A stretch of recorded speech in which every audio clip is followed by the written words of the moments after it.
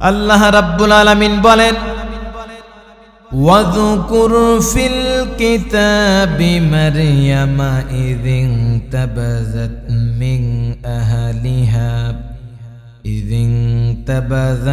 মিন আহলিহা মাকানান শারকিয়্যা। আল্লাহ রাব্বুল আলামিন বলেন, ওয়াযকুর ফিল কিতাবি মারইয়াম, এই কিতাবে মারিয়াম সম্পর্কে আলোচনা করা হলো। ইযিন তাবাযাত মিন আহলিহা মাকানান শারকিয়্যা, জীবনের একটা পরিণত বয়সে এই মহিয়সী নারী সিদ্ধান্ত নিলেন বাইতুল মাকদাসে আল্লাহর গোলামিতে তিনি রত থাকবেন, আল্লাহর গোলামিতে তিনি দিনটাকে কাটায়া দিবেন। এই সিদ্ধান্ত বাস্তবায়ন করার জন্যে পরিবার পরিজন থেকে আলাদা হয়ে বাইতুল মাকদাসের পূর্ব দিকে তিনি চলে গেলেন। পরিবার পরিজন থেকে আলাদা হয়ে মারিয়াম যেহেতু বাইতুল মাকদাসের পূর্ব দিকে তিনি চলে গেলেন, অবস্থান করলেন, এই জন্য পৃথিবীর সব খ্রিস্টানেরা ওই পূর্ব দিকটাকেই বেশি সম্মান করে।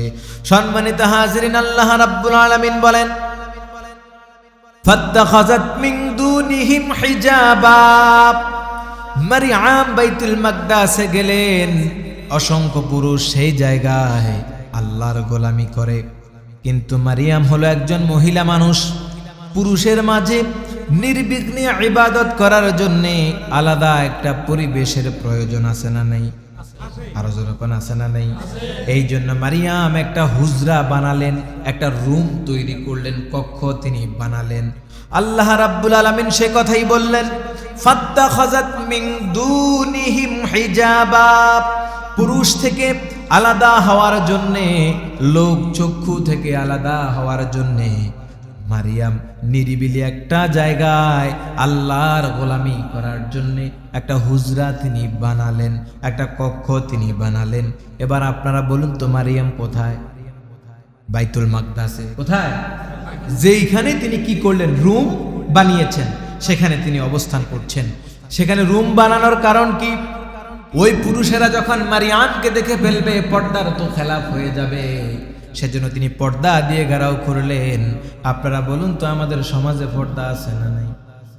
আরো যখন আছে না নাই? মা বোনেরা পর্দা করে না, পর্দা করতেও চায় না, কিন্তু মা বোনেরা চিন্তাও করে না, পর্দা না করে দুনিয়া সফর শেষ করে পরকালে যদি আমি যাই, তাহলে আল্লাহর সামনে আমি কিভাবে করে দাঁড়াবো? ওই মহিয়সী নারীর দিকে লক্ষ্য করুন, যেই নারী বাইতুল মাকদাসে ইবাদত করার জন্য একটা কক্ষ বানালেন, একটা রুম তৈরি করলেন, যাতে করে পর্দার অসুবিধা না হয়, ইবাদতের অসুবিধা না হয়। আমার মা বোনদেরকে বলবো, আমার মায়েরা বোনেরা, আপনি পর্দা করুন, পর্দা করা ফরজ। পর্দা না করে দুনিয়া থেকে যদি বিদায় নিয়ে চলে যান, আল্লাহর সামনে আপনাকে দাঁড়াতে হবে, এর জবাব আল্লাহর সামনে দেওয়া লাগবে, ঠিক না বেঠিক? আল্লাহ রাব্বুল আলামিন বলেন, فأرسلنا إليها روحنا, আল্লাহ রাব্বুল আলামিন বলেন, মারিয়াম যখন তার হুজরায় পর্দা আবৃত হয়ে ইবাদতে মগ্ন, ঠিক এমন সময় আমি আল্লাহ রাব্বুল আলামিন হযরত জিবরাইল আলাইহিস সালাতু ওয়াস সালামকে পাঠালাম। কাকে পাঠালেন? আরো আসতে বলেন, কাকে? আপনারা কি আমার কথা শুনছেন? তাহলে একটু কথা বলেন না কেন? কাকে পাঠালেন? জিবরাইল আলাইহিস সালাতু ওয়াস সালামকে পাঠালেন। কার কাছে? মারিয়ামের কাছে। বলুন তো, এখানে কয়জন? আরো জোরে বলুন, কয়জন? একজন হলেন ফেরেশতা, আর একজন হলেন মানুষ। এই দুইজনকে যিনি বানালেন তিনি কে? আপনাকে আমাকে যিনি বানালেন তিনি কে? এজন্য সব সময় সর্ব অবস্থায় কার গোলামি করবেন? আল্লাহ রাব্বুল আলামিন বলেন, ফাতামাসসালা লাহা বাশারান সাওয়্যা, আমি আল্লাহ রাব্বুল আলামিন মারিয়ামের রুমে আমি হযরত জিবরাইলকে পাঠালাম। ফেরেশতাদের সর্দার জিবরাইল আকৃতিতে, মূল আকৃতিতে মারিয়ামের কাছে আল্লাহ রাব্বুল আলামিন পাঠান নাই, বরং জিবরাইলকে আল্লাহ রাব্বুল আলামিন মানুষের আকৃতিতে পাঠিয়েছেন। তার কারণ হলো, আল্লাহ রাব্বুল আলামিন মানুষের আকৃতিতে পাঠানোর কারণ হলো, মারিয়াম মহিলা মানুষ, জিব্রাইলকে দেখলে ভয় পেয়ে যাবেন। শুধু মারিয়াম নয়, পৃথিবীর কোনো মানুষ যদি জিব্রাইলকে দেখে কেউ কখনো হুঁশ রাখতে পারবে না। এক আকাশ হতে আরেক আকাশের দূরত্ব 500 বছরের রাস্তা। হযরত জিব্রাইল 600 ডানার অধিকারী। জিব্রাইল এই 500 বছরের রাস্তা পার হওয়ার জন্য একটা ডানা এদিক থেকে এদিক করলেই নিমিষেই রাস্তা পার হয়ে যায়। সুবহানাল্লাহ পড়ে। সেই জিব্রাইলকে দেখলে মারিয়াম যদি হুঁশটাকে হেরে ফেলে, ভয় পেয়ে যায়। এজন্য আল্লাহ রাব্বুল আলামিন মারিয়াম আলাইহিস সালাতু ওয়াস সালামকে কি করলেন? মারিয়ামের পক্ষে হুজরায় জিব্রাইলকে মানুষের আকৃতিতে পাঠিয়েছেন। আওয়াজ করে বলুন না সুবহানাল্লাহ। আপনারা বলুন তো, এত বড় ক্ষমতা যিনি দিলেন তিনি কে? আরো জোরে বলুন, তিনি কে? আল্লাহর ক্ষমতা যদি এত বড় হয়, না জানি আমার আল্লাহর ক্ষমতা কত বড়, ঠিক না বেঠিক? আল্লাহ রাব্বুল আলামিন বলেন, আমি মারিয়ামের কক্ষে জিব্রাইলকে মানুষের আকৃতিতে পাঠালাম। ক্বালাত ইন্নী আউযু বিররহমানি মিনকা ইন কুনতা তাকিয়া। হযরত মারিয়াম বললেন, ও আল্লাহর বান্দা, তুমি যদি আল্লাহওয়ালা হও, তুমি যদি মুত্তাকি হও, তুমি যদি আল্লাহকে ভয় করো, তোমার অন্তরে যদি আল্লাহর ভয় থাকে, তুমি আমার কোনো ক্ষতি করবে না, তুমি আমার কোনো ক্ষতি করবে না। আমি আল্লাহর কাছে পানাহা চাই। হযরত জিব্রাইল আলাইহিস সালাতু ওয়াস সালামকে মারিয়াম চিনতে পারে নাই। জিব্রাইল মারিয়ামের কাছ থেকে এই কথা শোনার পর হযরত জিব্রাইল জবান খুললেন, তিনি বললেন, ক্বালা ইন্নামা আনা রাসূলু রাব্বিক। ও মারিয়াম, তোমার দরবারে, তোমার হুজরায় আমি নিজে আসি নাই, বরং আমি তোমার রবের পক্ষ থেকে এখানে এসেছি।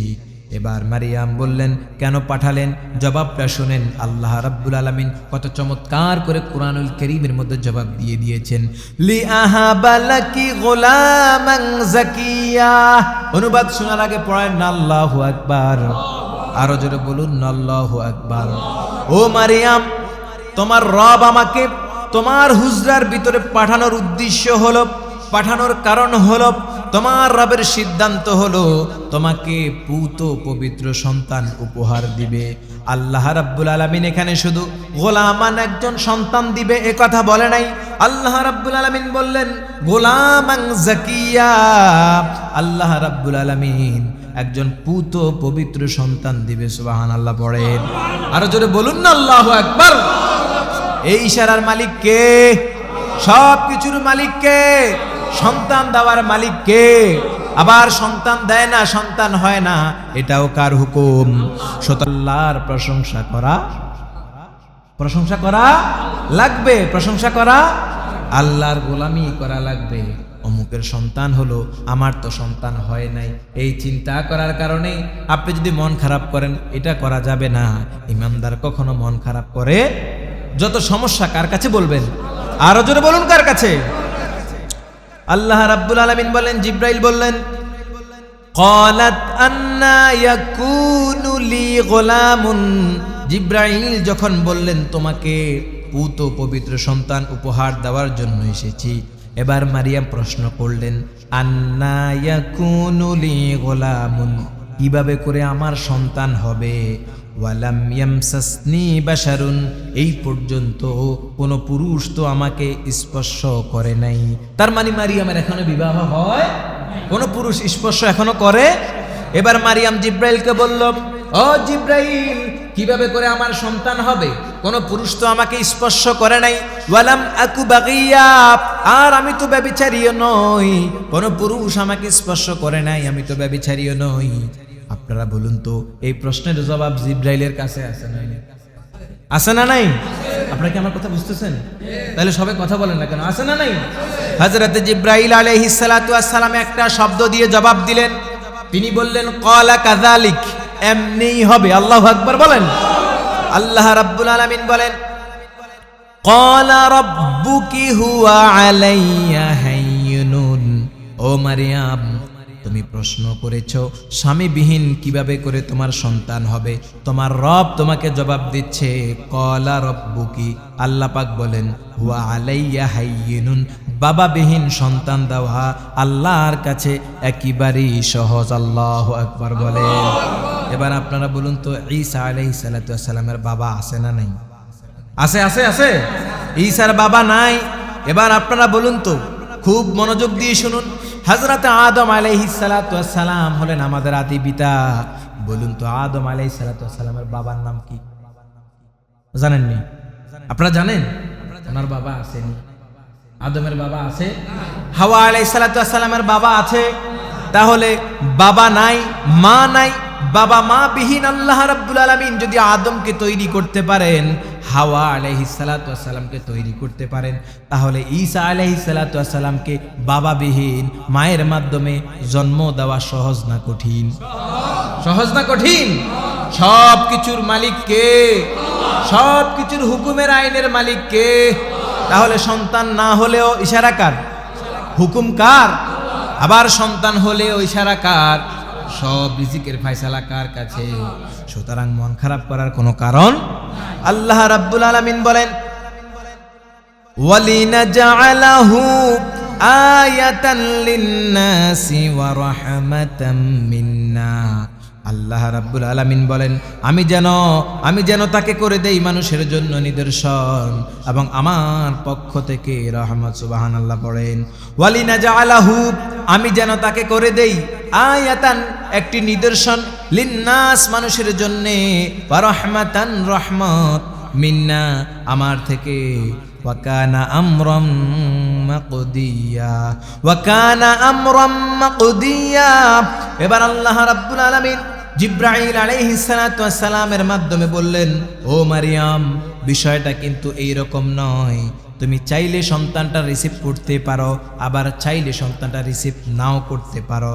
অথচ আল্লাহ পাক বলছেন বিষয়টা হলো এরকম, ওয়া কানা আমরাম মাকদিয়া, আল্লাহ যে তোমাকে স্বামীবিহীন সন্তান দিবে এটা আল্লাহর পক্ষ থেকে চূড়ান্ত সিদ্ধান্ত। সুবহানাল্লাহ পড়ে।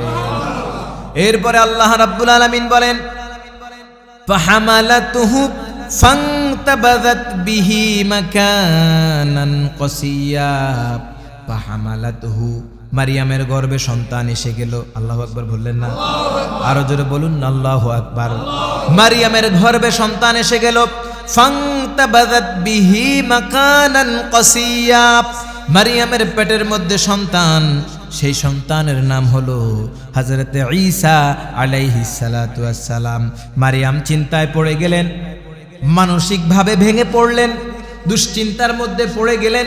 সন্তান পেটে আসলে দেখবেন নারীদের, মহিলাদের পেটটা ধীরে ধীরে বড় হতে থাকে, তাদের চিন্তা বেড়ে যায়, শারীরিক দুর্বলতা এবং পরিবর্তনের আবর্তন ঘটে যায়। আল্লাহ রাব্বুল আলামিন বলেন, ওই যে মারিয়াম চিন্তা করছিলেন, মানুষ তো জানে না এই ঘটনা, মানুষ তো বিষয়টা দেখে নাই, জানে নাই, কিন্তু মানুষ যে আমাকে নিয়ে বাজে মন্তব্য করবে, মানুষ যে আমাকে নিয়ে খারাপ মন্তব্য করবে, এটা আমি কিভাবে করে সহ্য করব? মানুষের এই খারাপ মন্তব্য শুনলে আমার তো খারাপ লাগবে। আল্লাহ রাব্বুল আলামিন মারিয়ামকে বলে, ও মারিয়াম তুমি শোনো, ফান্তাবাযাত বিহি মাকানান কসিয়া, যেই জায়গায় মারিয়াম আলাইহিস সালাতু ওয়াস সালাম ছিলেন সেখান থেকে আল্লাহ রাব্বুল আলামিন মারিয়াম আলাইহিস সালাতু ওয়াস সালামকে একটু নিচু এলাকায় নিয়ে গেলেন। এরপরে আয়াত আল্লাহ রাব্বুল আলামিন বলেন, ফাআজাআহাল মাখাদু ইলা জিযঈন নাখলাতি ক্বালাত ইয়া লাইতানি মিতু ক্বাবলা হাযা মিতু ক্বাবলা হাযা ওয়া কুনতু নাসিয়াম মানসিয়া। আল্লাহ রাব্বুল আলামিন বলেন, ফাআজাআহাল মাখাদ, প্রসব বেদনা মারিয়ামকে নিয়ে গেল ইলা জিযঈন নাখলাতি, খেজুর গাছের গোড়ার নিকট নিয়ে গেল। ক্বালাত ইয়া লাইতানি মিতু ক্বাবলা হাযা, চরম দুশ্চিন্তার সময় মারিয়াম আলাইহিস সালাতু ওয়াস সালাম বললেন, সন্তান প্রসবের সময় মারিয়াম বললেন, হায় এই সন্তান জন্মগ্রহণ করার আগেই যদি আমি মারা যেতাম, ওয়া কুনতু নাসিয়াম মানসিয়া, এই এলাকার সব মানুষের জেহেন থেকে, ব্রেন থেকে যদি আমার নামটা মুছে যেত, এই এলাকার মানুষের মন থেকে যদি আমার নামটা মুছে যেত। আল্লাহ রাব্বুল আলামিন মারিয়ামকে সান্ত্বনা দিচ্ছে, ফানাদাহা মিন তাহতিহা আল্লাহ তাহজানি। মারিয়াম যখন দুশ্চিন্তায় নিজের মৃত্যুর ব্যাপারে চিন্তা করছেন, মানুষের অন্তর থেকে নিজের নামটা মুছে যাক এই কল্পনা করছেন, ঠিক এমন সময় আল্লাহ রাব্বুল আলামিন জিব্রাইলকে ডাক দিয়া বলে, ফানাদাহা, হযরত জিব্রাইল আলাইহিস সালাতু ওয়াস সালাম মারিয়ামকে ডাক দিয়া বলে, মিন তাহতিহা, তার নিজ এলাকা হতে, আল্লাহ তাহজানি, ও মারিয়াম তুমি চিন্তা করিও না, কদ জাআলা রাব্বুকি তাহতাকি সারিয়া। সন্তান প্রসবের সময় মায়েদের দুইটা জিনিস লাগে, একটা জিনিস হলো পানি, আরেকটা হলো খাবার। যদি পানি এবং খাবার না থাকে সন্তান কিন্তু দুধ পাবে না, দুধ না পেলে সন্তান মারা যাবে। আল্লাহ রাব্বুল আলামিন কি চমৎকার ব্যবস্থাপনা সেখানে করলেন, কদ জাআলা রাব্বুকি তাহতাকি সারিয়া, ও মারিয়াম তুমি চিন্তা করিও না, তোমার পায়ের নিচে আল্লাহ রাব্বুল আলামিন তোমার পায়ের গোড়ালির নিচে ঝর্ণার ব্যবস্থা করে দিয়েছেন। তোমার পায়ের গোড়ালির নিচে আল্লাহ রাব্বুল আলামিন ঝর্ণার ব্যবস্থা করেছেন। আল্লাহু আকবার বলেন। আল্লাহ রাব্বুল আলামিন বলে, ওয়াহুজ্জি ইলাইকি বিজিজইন নাখলাতি তুসাকিত আলাইকি রুতবান জানিয়া। অনুবাদ শোনার আগে বলুন আল্লাহু আকবার। আল্লাহ রাব্বুল আলামিন বলে, ও মারিয়াম, তোমার চারপাশে, তোমার সামনে, তোমার ডানে, তোমার বামে, তোমার পিছনে খেজুর গাছ রয়েছে। খেজুর গাছের কাণ্ড ধরে তুমি তোমার দিকে নাড়া দাও। ওয়া হুজ্জি ইলাইকি, খেজুর গাছের গোড়া ধরে, কাণ্ড ধরে তোমার দিকে টান দাও। টান দিলেই তুমি দেখবে তুসাকিত আলাইকি রুতবান জানিয়া, তুমি একটু হাতটা লাগালেই দেখবে তরতাজা পাকা পাকা খেজুর তোমার চারপাশে ভরে গেছে। আল্লাহ রাব্বুল আলামিন বলেন, ফাকুলি ওয়াশরাবি ওয়াকররি আইনা। ফাকুলি, ও মারিয়াম তুমি এবার খাও, ওয়াশরাবি এবং পান করো, ওয়াকররি আইনা। ও মারিয়াম, সন্তান পেটে আসার পর থেকে শুরু করে তুমি চরম দুশ্চিন্তার মধ্যে ছিলে, তুমি চরম টেনশনের মধ্যে ছিলে। আজকে তুমি তোমার সন্তানের দিকে তাকিয়ে তোমার চক্ষুটাকে তুমি শীতল করো। সুবহানাল্লাহ পড়ে। এই কষ্ট, এই বেদনা, এই দুঃখ মা ছাড়া আর কেউ উপলব্ধি করতে পারবে? পারবে? দেখবেন মায়েরা সন্তান জন্ম দেওয়ার পর ডাক্তাররা সন্তানকে মায়ের সামনে উপস্থাপন করে, মায়েরা সন্তানের দিকে তাকায়, যখন মা সন্তানের চেহারার দিকে তাকায় মায়ের সব কষ্ট মা নিমিষের মধ্যে ভুলে যায়। ঠিক না বেঠি? সুতরাং সে মাকে কষ্ট দেওয়া যাবে, সে মাকে অবহেলা করা যাবে, কিন্তু সময়ের আবর্তনে, প্রয়োজনের আবর্তনে, ধারাবাহিকতার দিক থেকে আমরা অনেক মানুষ রয়েছি মা বাবার খোঁজ খবর নেই না, সুন্দর ব্যবহার করি না, মাকে আমরা একটু খেদমত করি। সম্মানিত হাজিরিন, আল্লাহ রাব্বুল আলামিন বলেন, ফাইম্মা তারাইন্না মিনাল বাশারি আহাদা। এরপর আল্লাহ রাব্বুল আলামিন বলেন, আর যদি তোমাকে কোনো মানুষ দেখে ফেলে, মারিয়াম আলাইহিস সালাতু ওয়াস সালামকে আল্লাহ বলছে, ও মারিয়াম, তোমাকে কোনো মানুষ যদি দেখে ফেলে তাহলে তুমি বলবে, ফাকুলি ইন্নী নাযারতু লিররহমানি সাওমা। তাহলে তোমাকে যদি কোনো মানুষ দেখে, তুমি ওই সমস্ত মানুষদেরকে বলবে, আমি পরম করুণাময় আল্লাহর জন্য চুপ থাকার মানত করেছি। ফালান উকাল্লিমাল ইয়াউমা ইনসিয়া।